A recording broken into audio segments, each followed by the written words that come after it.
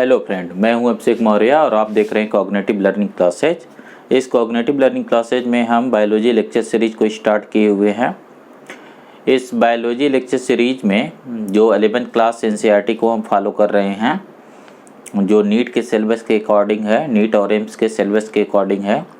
तो इस जो है बायोडाइवर्सिटी का जो आपका टॉपिक आता है, उसमें एनिमल किंगडम आता है और एनिमल किंगडम में डिफरेंट फाइलम हैं। हम लास्ट फाइलम को अभी स्टडी कर रहे हैं, फाइलम कार्डेटा। फाइलम कार्डेटा एक बड़ी डाइवर्सिटी वाला फाइलम है। इसमें हमने अभी तक जो है इसके डिफरेंट इस फाइलम के अंदर आने वाले क्लास की स्टडी किया है, जैसे फिशेज के, बोनी कार्टिलेजिनस फिशेज के और एम्फीबियन के। उसके कंटिन्यूएशन में इस लेक्चर में आज का जो हम टॉपिक रखेंगे वो रखेंगे क्लास रेप्टिलिया। देखिए,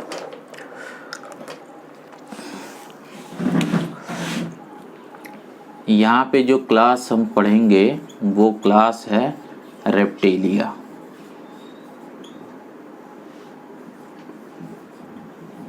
ठीक है। इसमें देखिए, इसमें सबसे बड़ी बात क्या है कि यहाँ पहले मैं थोड़ा आपको एवोल्यूशनरी लाइन समझा दूँ। जैसे पहले जो मेंबर हैं वो पाइसेज हैं, जो फिशेज हैं, जितनी भी फिशेज हैं, चाहे वो बोनी चाहे कार्टिलेजिनस, इनसे एवोल्यूशन के थ्रू एम्फीबियन बने। ठीक है, इनसे एम्फीबियन का फॉर्मेशन होता है, क्योंकि एम्फीबियन में एक्वेटिक और टेरेस्ट्रियल दोनों लाइफ का एडेप्टेशन है। एक्वेटिक और टेरेस्ट्रियल दोनों मोड ऑफ लाइफ का यहाँ पे एडेप्टेशन है। और इसके बाद यहाँ एम्फीबियन से रेप्टाइल्स बनते हैं। जो रेप्टाइल्स हैं ये टेरेस्ट्रियल लाइफ के लिए एडॉप्टेड हैं। ठीक है। और यहाँ से एवोल्यूशन दो डायरेक्शन में होता है। ये कॉमन एंसेस्टर है, इनसे ही फर्दर हम पढ़ेंगे एप्स को और मैमल को। इस वजह से इसका इम्पोर्टेंस ये है कि रेप्टाइल पहली बार लैंड्स पे आए और इसके बाद जो एडाप्टेशन हुआ एक मॉडर्न बर्ड में कन्वर्ट हुई, जो उड़ने के लिए, फ्लाइंग के लिए एडाप्टेशन है। दूसरा मैमल है जो डिफरेंट फॉर्म ऑफ लाइफ के लिए जिनमें एडाप्टेशन है। ठीक है। तो देखिए, यहाँ तक लाइफ पूरी तरीके से एक्वेटिक थी। ठीक है। और एक्वेटिक से एम्फीबियन बनने के जो फीचर थे वो मैंने समझाया था कि कैसे एम्फीबियन के जो डिफरेंट फीचर है वो उसके इस ड्यूअल फॉर्म ऑफ लाइफ को सपोर्ट करता है। जैसे उसका रेस्पिरेटरी ऑर्गन, जैसे उसके लिम्स और वेव फुट, जो उसके टो हैं उसमें वेव है जिससे वो पानी में तैर सकता है। और क्या मजबूरियां हैं कि पानी को छोड़ नहीं पाया, रिप्रोडक्शन। तो जाहिर सी बात है, अब अगर एम्फीबियन से रेप्टाइल बनेंगे तो रेप्टाइल को वो मजबूरियां नहीं रह गई। रेप्टाइल के लिए वो कोई बाउंडेशन, वो ऑब्लिगेशंस नहीं है कि इसे पानी चाहिए। जो सबसे बड़ी जो ऑब्लिगेशन था, जो सबसे बड़ा कंपल्सन था एम्फीबियन के लिए, पानी की जो उन्हें नीड थी वो थी ड्यूरिंग रिप्रोडक्शन। जो उनका एग था और जो उनका गेमिट ट्रांसफ़र था, दोनों के लिए उन्हें पानी की ज़रूरत थी। लेकिन एक रेप्टाइल में एक म्यूटेशन होता है, एवोल्यूशन होता है, जिसमें यहाँ जो एग होता है इस पे कैल्शियम कार्बोनेट की कवरिंग होती है, जिसकी वजह से ये पानी के वेपराइजेशन को रोकता है और ये अंडे ज़मीन पे दिए जा सकते हैं, एयर में दिए जा सकते हैं। तो यहाँ पे जो रिप्रोडक्शन और जो फर्टिलाइजेशन है वो इंटरनल है। ठीक है।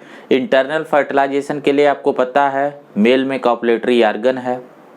इंटरनल फर्टिलाइजेशन होने की वजह से वाटर पे डिपेंडेंसी हट गई। जब भी इंटरनल फर्टिलाइजेशन की हम बात करते हैं तो मेल गेमिट सीमेन के फॉर्म में होता है। जब हम सीमेन बोलते हैं ना, तो इसका मतलब होता है कि इसमें मेल गेमिट स्पर्म होते हैं और एक फ्लूइड मीडियम होता है, क्योंकि इस मीडियम के थ्रू ही इन गेमिट को ट्रांसफ़र किया जाता है। ठीक है। जब आप एक्सटर्नल फर्टिलाइजेशन देख रहे थे तो इन गेमिट को ट्रांसफ़र के लिए एक्सटर्नल वाटर पे डिपेंड रहना पड़ता था, बट यहाँ उनकी डिपेंडेंसी ख़त्म हो गई है। ये इस फ्लूइड मीडियम को यूज करके फीमेल गेमिट तक पहुँचते हैं और उसे जो है फीमेल जेनाइटल ट्रैक्ट के अंदर जो है फर्टिलाइज कर देती हैं। तो उसी को हम इंटरनल फर्टिलाइजेशन बोलते हैं। जब fertilisation inside female genital tract होता है तब उसे हम बोलते हैं इंटरनल फर्टिलाइजेशन, और ये एडवांस ग्रेड का होता है क्योंकि इसमें वाटर की डिपेंडेंसी हट गई। तो ये जो रेप्टाइल ग्रुप के जो एनिमल हैं इनको पानी में रहना कोई इनके कंपल्सन नहीं है।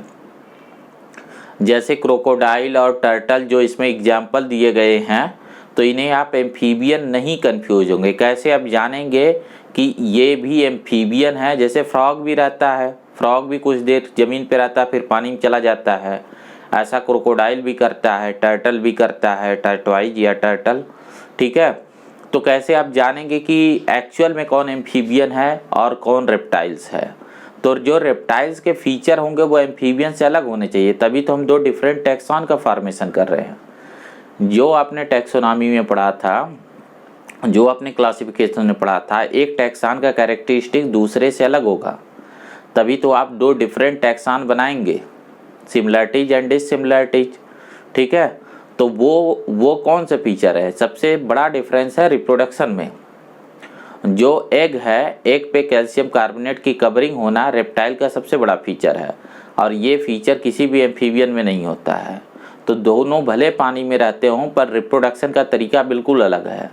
और नेचुरल टाइप और फाइलोजेनेटिक टाइप क्लासिफिकेशन में आपको समझाया गया है कि जो रिप्रोडक्टिव फीचर होते हैं उनको हम ज़्यादा एम्फेसाइज करते हैं, उन्हें ज़्यादा जो है वेटेज देते हैं जब हम कोई सिस्टमेटिक पोजीशन इस्टेब्लिश करते हैं। तो किसी टैक्सॉन के क्रिएशन में रिप्रोडक्टिव फीचर का सोमैटिक फीचर से वेटेज ज़्यादा होता है, और ये जो एग पे कैल्शियम कार्बोनेट की कवरिंग है ये एक रिप्रोडक्टिव फीचर है, तो इसका वेटेज यहाँ पे हम ज़्यादा देंगे, ठीक है। तो ये बात रही जिस वजह से रेप्टाइल निकल के आए। दूसरी फिर कौन सी बात होगी? जैसे मैंने बताया था कि पानी से ज़मीन पे आने पे सबसे बड़ी प्रॉब्लम है डिहाइड्रेशन। तो यहाँ डिहाइड्रेशन से बचने के लिए क्या किया गया? तो देखिए, डिहाइड्रेशन से बचने के लिए यहाँ पे जो रेप्टाइल्स होते हैं, ये एवोल्यूशन की लाइन तो आप समझ गए ना, फाइलोजेनी। इसमें जो डिहाइड्रेशन से बचने के लिए जो यहाँ दूसरा एडेप्टेशन है वो होता है स्केल्स के फार्मिंग। जैसे आप देखिए, जो फिशेज थे इनमें स्केल्स था, बट वो डिहाइड्रेशन से बचाने के लिए नहीं था, ये प्रोटेक्टिव नेचर का था, ये प्रोटेक्शन के लिए था, ठीक है। एम्फीबियन जो हुए उनके बॉडी में नहीं था, स्केल्स नहीं था, नो स्केल्स। तो इसकी जगह क्या था? म्यूकस ग्लैंड थी। यहाँ पे म्यूकस ग्लैंड थे जो ग्लैंड मॉइस्चर को कंटेन करते थे, वाटर को होल्ड करते थे। नेक्स्ट जो आपका रेप्टाइल आ रहा है, तो रेप्टाइल में क्या है? यहाँ पे स्केल्स होते हैं, इनको स्केल या स्क्यूट्स भी बोलते हैं। ये वाटर प्रूफ होता है नेचर का। जैसे एक चीज़ आप देखिए कि किसी रेप्टाइल को पसीना नहीं आता, स्वेटिंग नहीं होती, ये बिल्कुल वाटर प्रूफ होता है, इससे पानी बाहर नहीं जा सकता है। तो एक रेप्टाइल के बॉडी से उसकी स्किन जो है, जो स्केल्स के फॉर्म में होती है, वो पानी को इवेपरेट होने से रोकती है। ये बाहर से ये सरफेस देखने पे बहुत रफ सा होता है। किसी लिजर्ड को या किसी रेप्टाइल को थोड़ा सा आप करीब से देखेंगे तो उसकी स्किन पे आपको बहुत सारे टाइल्स जैसे फ्लोर पे टाइल्स होते हैं उस तरीके से स्केल्स लगे होते हैं। और ये स्केल्स जो है कैरेटीन के बने होते हैं, इन्हें कॉर्निफाइड स्केल्स भी बोलते हैं, जो वाटर के लिए टोटली रेजिस्टेंस होते हैं। तो जब ये रेप्टाइल ड्राई कंडीशन में रहने लगे तो उस ड्राई कंडीशन में जो एक्वेटिक सिस्टम के कंपैरिजन में टेरेस्ट्रियल सिस्टम है, हवा का जो माहौल है जो ड्राई है, उसमें इन्हें कोई प्रॉब्लम नहीं हुआ, तो इनके बॉडी का सोमैटिक फीचर उसके लिए एडॉप्टेड है, इन्हें कोई प्रॉब्लम नहीं हुई वो ड्राई कंडीशन में। एक्चुअल में बात ये हुआ था ना, देखिए ये जो फिशेस थे इनका एक टाइम है ऑर्डोविशियन, ऑर्डोविशियन ये पीरियड है, ऑर्डोविशियन पीरियड है, और ये हैं कार्बोनीफेरस, फेरस, ये दोनों आते हैं पैलियोजोइक एरा में, पैलियोजोइक एरा में एवोल्यूशन पॉइंट ऑफ व्यू से। जबकि ये जो रेप्टाइल और इसके बाद के लोग हैं ये सब रेप्टाइल मीसोजोइक में आते हैं। मीसोजोइक एरा में कंडीशन ड्राई थी, अर्थ पे बहुत जो है यहाँ पे बहुत सारे वेट कंडीशन थी, एम्फीबियस कंडीशन यहाँ पे थी, इसलिए जो लाइफ थी ना, जैसे देखिए ऑर्डोविशियन में तो बड़े बड़े ओशियंस थे, फिर बड़े बड़े दलदल बने, तो उन दलदलों में रहने के लिए, उन मार्सी लैंड में रहने के लिए एम्फीबियन लाइफ का एवोल्यूशन हुआ। नेक्स्ट वन जो है ड्राई कंडीशन, बड़े बड़े अर्थ पे डेजर्ट बने जो बहुत ड्राई कंडीशन में थे, तो रेप्टाइल के बॉडी में ऐसे ही एडाप्टेशन का एवोल्यूशन हुआ जो इन ड्राई कंडीशन में बहुत कम पानी वाले कंडीशन में रह पाए। तो इन्होंने अपने रिप्रोडक्शन को मॉडिफाइड किया, बॉडी को मॉडिफाइड किया। इवन जो यहाँ एक्सक्रीशन होता है, ये पानी को बचाने के लिए यहाँ पे जो एक्सक्रीटरी मटेरियल होता है वो यूरिक एसिड होता है। तो यूरिक एसिड जैसे मैंने आपको बताया था, जब यूरिक एसिड एक्सक्रीटरी मटेरियल होगा तो उसके एक्सक्रीशन में पानी की बिल्कुल ज़रूरत नहीं पड़ेगी। जबकि इससे पहले ये जो एम्फीबियन है, यहाँ पे जो एक्सक्रीटरी मटेरियल है वो अमोनिया के फॉर्म में होता है, जिसमें ये एक्वेटिक लाइफ के लिए सूटेबल है। यहाँ पे ये यूरिक एसिड के फॉर्म में हो गया, तो इनको अगर पानी नहीं भी मिल रहा है तो ये काम चला लेते हैं, ठीक है, ये डेजर्ट में खुद को जिंदा रख लेते हैं।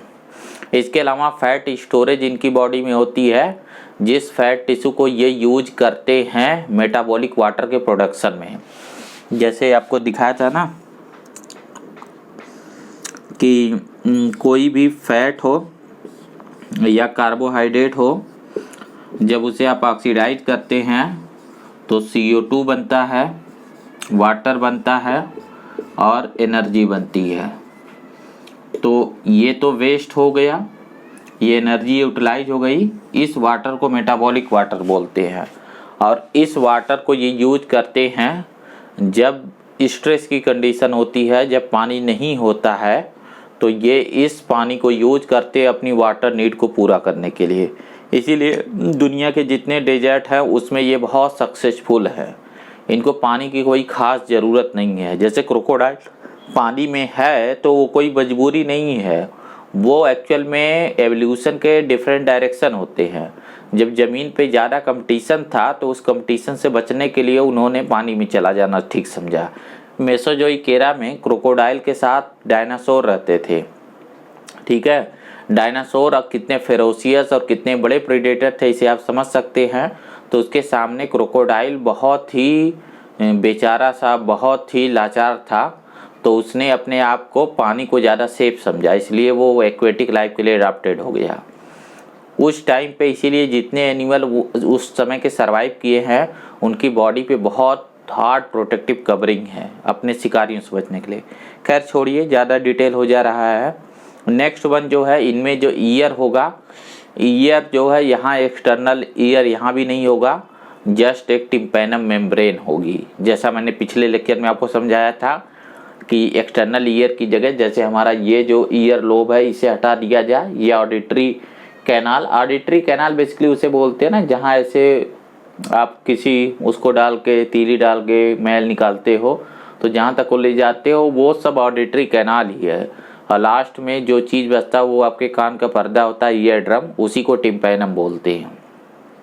तो किसी भी अगर लिजर्ड को देखेंगे तो उसका आपको यहाँ पे टिम्पैनिक मेम्ब्रेन दिखता है, छोटा सा गड्ढा दिखेगा जिसमें आपको पर्दा कान का दिखेगा, आप नज़दीक से देखेंगे तो वो दिखेगा, ठीक है। नेक्स्ट वन जो यहाँ पे है कि जो इनका हार्ट है वो 3 चैम्बर्ड है। इस कॉन्सेप्ट को थोड़ा मैं क्लियर कर दूँ, हार्ट वाले को देखिए, थ्री चैम्बर्ड हार्ट का मतलब क्या होता है? देखिए, थ्री चैम्बर्ड हार्ट का मतलब ये है, देखिए यहाँ जो हार्ट है ना वो कुछ ऐसा है।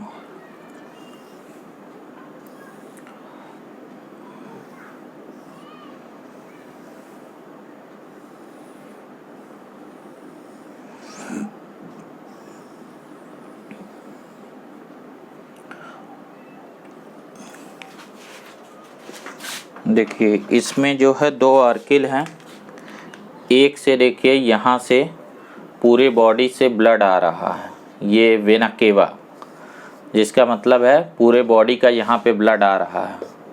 ये जो ब्लड आ रहा है ये डीऑक्सीजनेटेड ब्लड है, ठीक है। अब ये डीऑक्सीजनेटेड ब्लड जब इसमें आता है तो ये पहले इस आर्किल में आता है और यहाँ पे जाहिर सी बात है यहाँ पे वाल्व होंगे, ठीक है। तो ये इससे यहाँ वेंट्रिकल में आता है, ठीक है।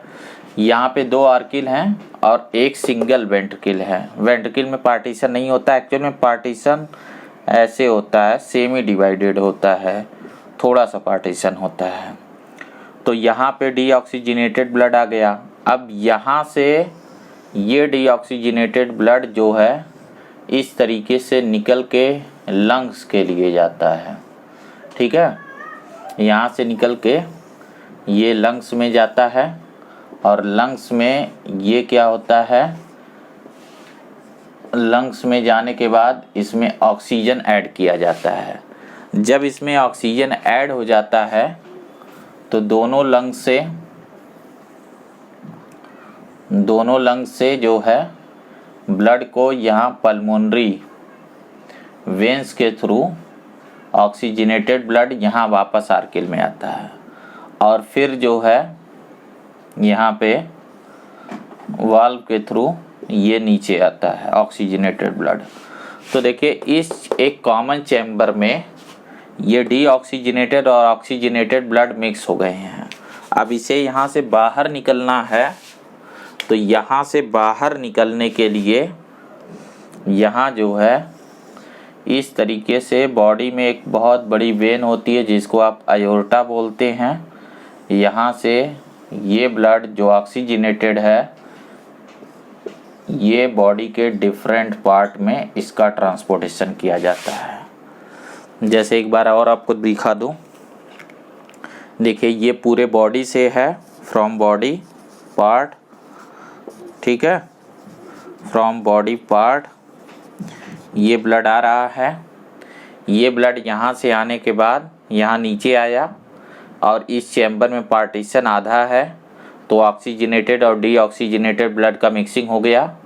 इसके बाद यहाँ जो है इसी से लगा हुआ ये जो है ये आपकी आर्टरी है जिससे ब्लड को दोनों लंग्स में पंप किया जाता है और लंग्स में यहाँ जो है डिफ्यूजन होता है, मतलब उसमें ऑक्सीजन मिक्स किया जाता है। तो फिर इससे जो है जिसे आप पल्मोनरी वेंस बोलते हैं, पल्मोनरी वेंस, ठीक है, पल्मोनरी वेंस बोलते हैं। मैं बहुत सारे वर्ड नहीं लिख रहा हूँ ताकि आप इसमें जो है कि इसे कॉम्प्लिकेट ना हो, ठीक है। इसको पल्मोनरी आर्टरी बोलते हैं, ठीक है, इसे वेना केवा बोलते हैं, इसे आयोर्टा बोलते हैं। तो यहाँ हार्ट थ्री चैम्बर्ड है। इस हार्ट को मैं एक अलग से डायग्राम में ड्रा करूँ तो देखिए ये कुछ ऐसे दिखेगा।